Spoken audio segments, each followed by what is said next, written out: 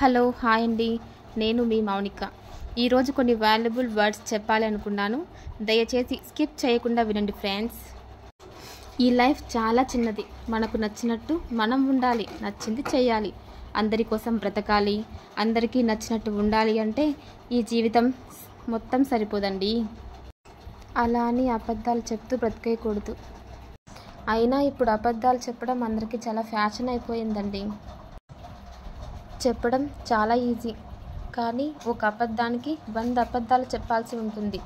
ఇలాంటివన్నీ అవసరమా? నిజం చెప్తే అవతలి వారు ఎలాగైనా రియాక్ట్ అవ్వచ్చు, అది వారి ఒపీనియన్. కానీ అబద్ధాలు చెప్తే లైఫ్ లాంగ్ టెన్షన్స్. వామ్మో, అవసరమా ఇవన్నీ? కానీ ఇలాంటివి కొందరికి వెన్నతో పెట్టిన విద్య. దానివల్ల చాలా అనార్థాలు జరుగుతున్నాయి.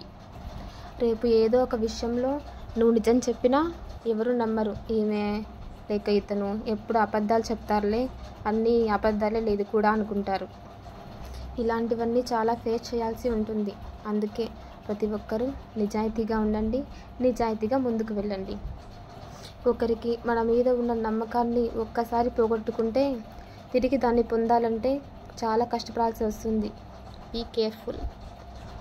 ఈరోజు మన వల్ల ఎవరికైనా చెడు జరగవచ్చు, నష్టం జరగవచ్చు, ఇంకా బాధపడి కూడా ఉండవచ్చు. అందువలన మనం చేసే ప్రతి పని కూడా వారికి తప్పుగా కనిపించవచ్చు. తిరిగి మరీ ఏదో ఒక రోజు కరెక్ట్ అని అనిపించవచ్చు. కంపల్సరీగా అనిపిస్తుంది ఏదో ఒక రోజు.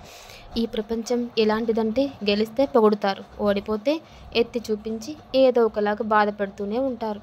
కానీ ఒక్కటి గుర్తుపెట్టుకోవాలి, ఒకరు మనల్ని పొగిడినంత మాత్రాన పొంగిపోకూడదు, తీసి పడేసినంత మాత్రాన కృంగిపోకూడదు.